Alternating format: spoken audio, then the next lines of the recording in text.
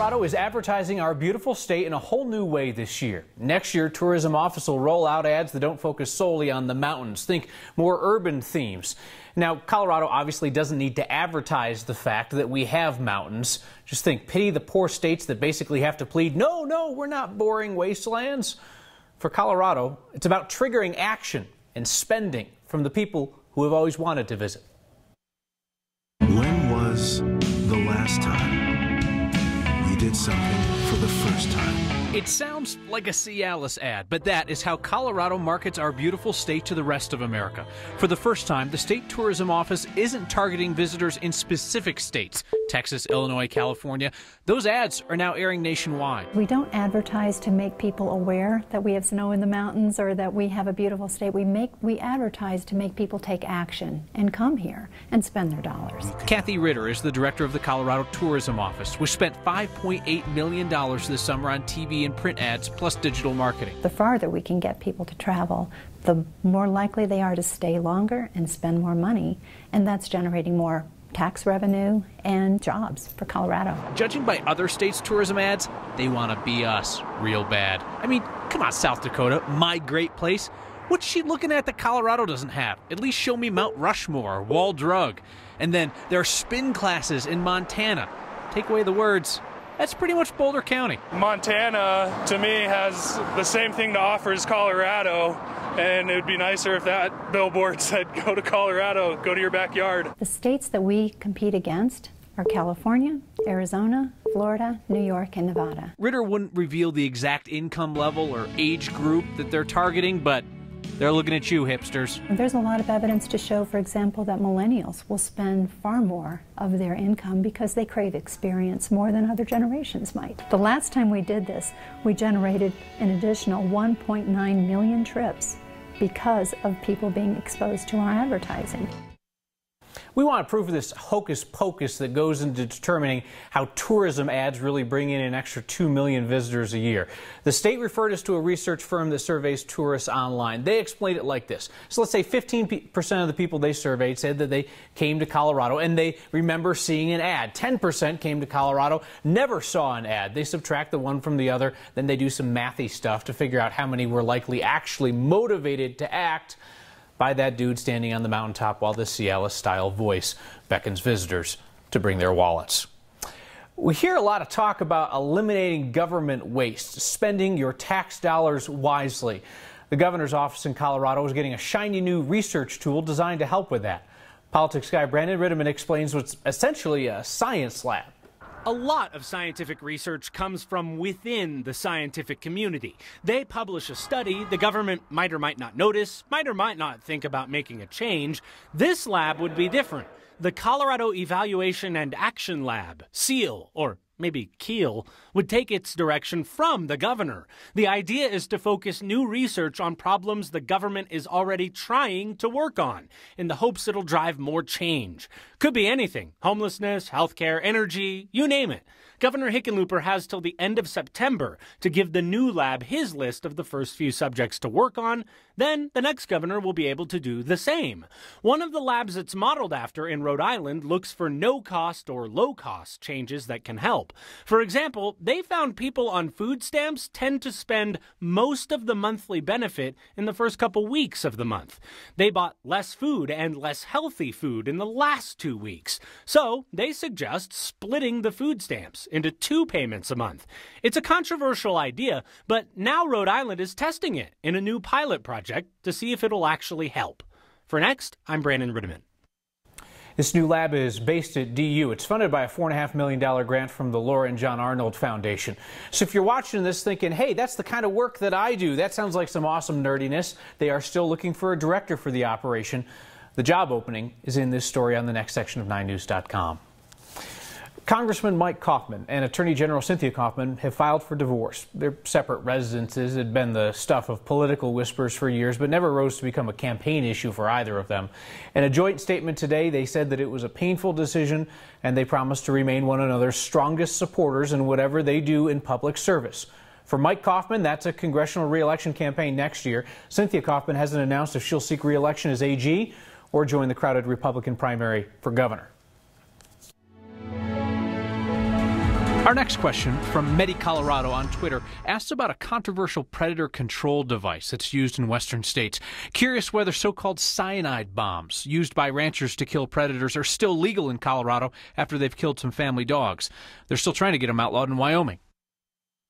M44 devices that are being debated in Wyoming after the family pets were killed are no longer being placed by the federal government in Idaho after a similar accident.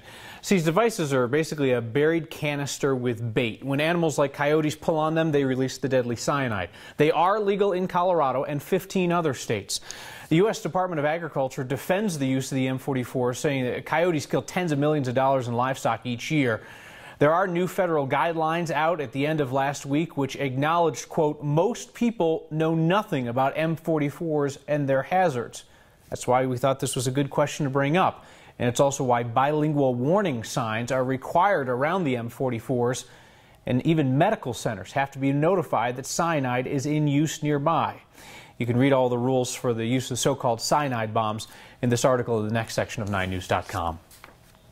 We all first met Dylan and Trent Friday. They're getting ready to get married over the weekend during the Pride Parade on a float. Both of them had family fly in to witness it, and they had, well, plenty of witnesses all up and down the parade route. And look at the rocking shirts as well. I didn't realize the shirts were going to be that fantastic. Following the Pride Parade, Alan Salazar, Mayor Michael Hancock's chief of staff, appeared to throw a little shade at the 420 rally that lost its permit after Civic Center got trashed. Salazar posted on Facebook, Civic Center Park the morning after Pride Fest, green and clean. Thanks to the organizers of one of the biggest people events in our city for taking care of the park. LGBTQ folks know how to party and clean up after the party is over. Love them. Salazar's clearly nodding at this. The trash left behind after the 420 rally. Same park back in October. You can barely see the ground in some areas. Organizers ended up getting penalized for all that trash, $12,000. And the rally won't be allowed for another 3 years. They have appealed that decision. You heard them here on this program talking about that. We'll keep you updated. Pueblo County insists it is a coincidence, a complete and total coincidence, that its scholarships funded by pot taxes equal out to $420,000 this year. 210 students who automatically became eligible for those scholarships when they decided that they would go to a university or college in Pueblo County. A longtime volunteer, Navajo State Park in southern Colorado, certainly makes the work of park managers a lot easier. 72-year-old Terry Zink's being honored for more than 20,000 hours of volunteer work at that park. He started there in 2002. In fact, he's back out today, mowing some grass, taking care of the landscape. He is out there most days, according to the folks who run the park. He's been helpful in just so many ways. He's like having a full-time employee here. He's a huge asset to this park, and I really don't know what we're going to do when he decides to do other things with his life. He's kind of jack of all trades, everything from mowing the grass to counting the money. He also fixes the park's water system, works on their vehicles as well, and clearly loves every minute of it. I really enjoy people, enjoy helping people, and I enjoy working with the people here. I also enjoy being with the campers. They're all 99% of them are very nice people. Hey, you want to talk about how to save the government money? Have somebody like Terry working at every park for free just because he's so dedicated. At a ceremony earlier this month, they honored him with flags that flew over the state capitol. It's not enough to just slow down. You need to move over. Give us that buffer zone, please. And new numbers show a drastic shift in the amount of drivers obeying the move over law. He walked away from a very serious job and a very serious business to get up close and personal with dogs. And one heinous neighbor's postcard and a story on Next brought out so much good over the weekend.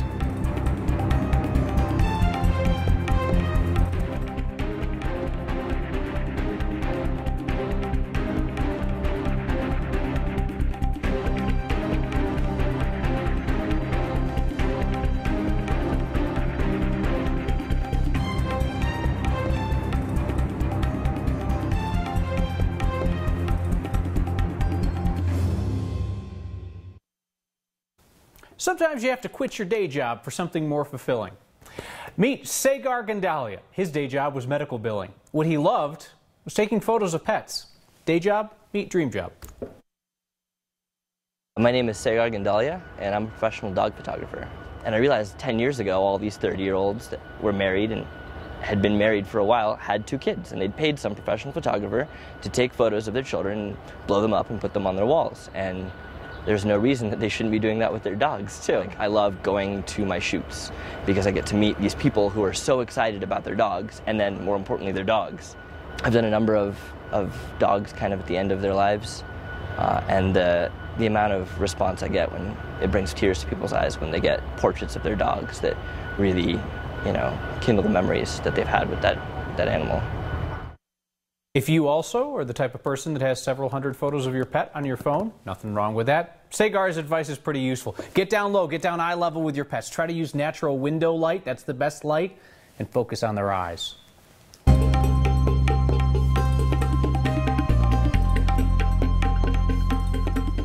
I'm meteorologist Kathy Sabin. The last few days of spring will feel very much like summer. Summer solstice tomorrow evening. Other than high clouds outside, a beautiful, quiet day in Denver, saying something in our severe weather month. Our high at average, nothing wrong with being average. Temperatures are going to soar about 10 degrees tomorrow into record territory, a theme that will continue for most of the upcoming week, even with high pressure in charts only allowing in enough moisture for isolated high base storms, the kind that produce wind and lightning and concerns for fire managers, not the beneficial rain we could certainly use. But so nice to be outdoors this time of year, be able to hike and bike and not worry about a lot of lightning like we enjoyed over Father's Day weekend. But the heat is on out west, dangerous heat. Heat advisories out for Southern California and Arizona, where temperatures could exceed 110 degrees to 120 degrees. Nothing like that around here. 60 degrees with high clouds tonight. Tomorrow, temperatures in the mid-90s. The record's 97. Won't quite get there. We'll go even warmer moving into Wednesday, ahead of a little bit of a cool down toward the end of the week. Best chance of showers from these storms will probably be Friday,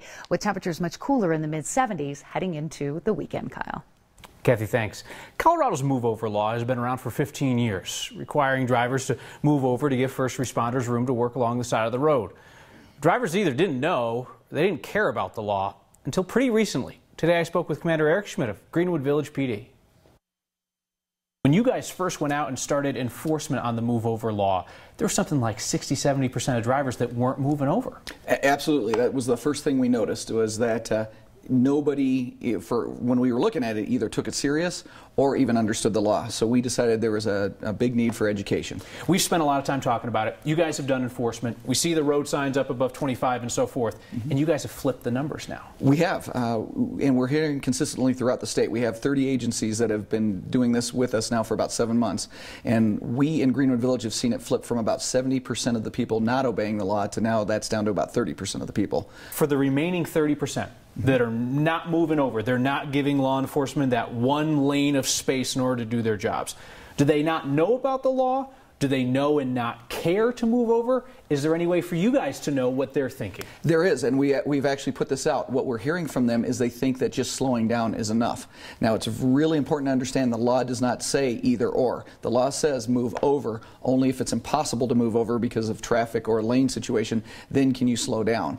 And when we're talking slowing down, like in our section, you're coming out of a 75-mile-an-hour zone. Slowing down 20 miles an hour to 55 doesn't cut it. If an officer falls in front of you and you're unable to stop, we still have the same catastrophe. As somebody who works in traffic specifically, it must be heartening to you to see that people are getting the message. It really, really is. A few months ago, I had my 10-year-old out with me, and he was on with a stop that I made up on the freeway, and people passing so close and so fast that the car was shaking.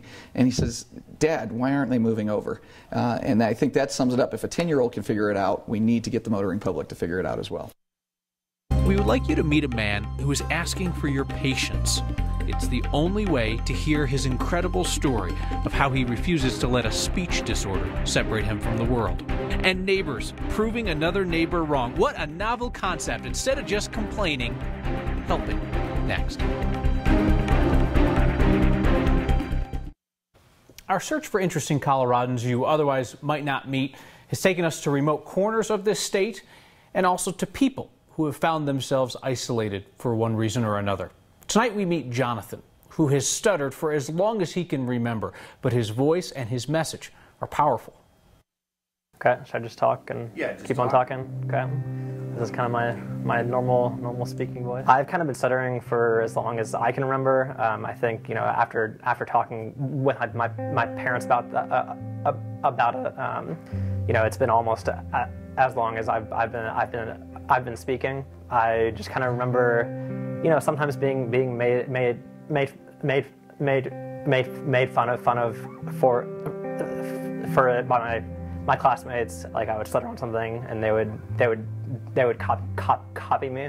I never blamed them for it. You know, it almost always is just a case of misunderstanding. I would say in most cases, stuttering can be influenced by nerves and anxiety, but it's almost never. It's hard to say if there will, you know, ever be any true cure.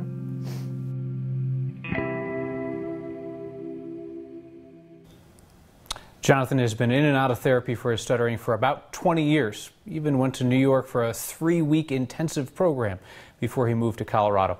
Jonathan's life is so much richer than his speech condition. He works for Noble Energy. The beautiful woman in those photos, that's his fiancée. They're getting married next year. Wanted to update you on a story from last Friday. The young mom who lives in Denver's Harvey Park neighborhood, the woman who received a nasty postcard about her yard not being up to par with the rest of the neighborhood. The writer of the postcard said she needed to try killing a weed instead of smoking it. Little did that neighbor know that Ariel's actually working hard to balance 3 jobs while supporting her son, who has autism, and her mother, who is deaf and blind. We did a little story on this, and here's where the good people emerge from the shadows.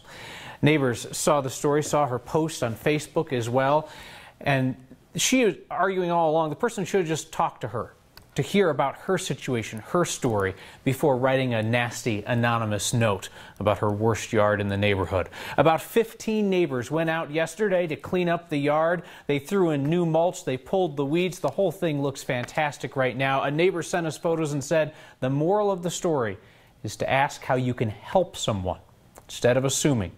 They're headed back out to do the backyard soon. Ariel told us this morning, so grateful, so grateful. It is a sign, and it came to us via snail mail. We will accept them that way as well. And your feedback next.